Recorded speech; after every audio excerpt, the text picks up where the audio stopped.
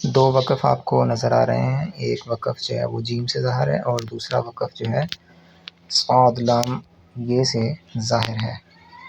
تو وقف جائز جیم سے وقف جائز بنتا ہے، جس کا مطلب ہوتا ہے کہ یہاں پر وقف کرنا جائز ہے، لیکن بہتر یہ ہے کہ یہاں پر وقف کیا جائے، اور اگر آپ نہیں کرتے وقف تو بھی جائز ہے، اس وجہ سے اس کو وقف جائز کہتے ہیں۔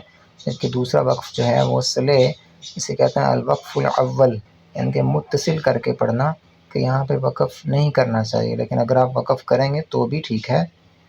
تو یہاں پہ بہتر یہ ہے کہ وقف نہ کیا جائے۔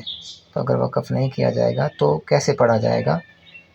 وعد اللہ حق فیقول، حق فیقول، حق نہیں پڑھا جائے گا کیونکہ آگے فا ہے اور پیچھے تنوین ہے، تو یہاں پر جو ہے وہ اخفا کیا جائے گا۔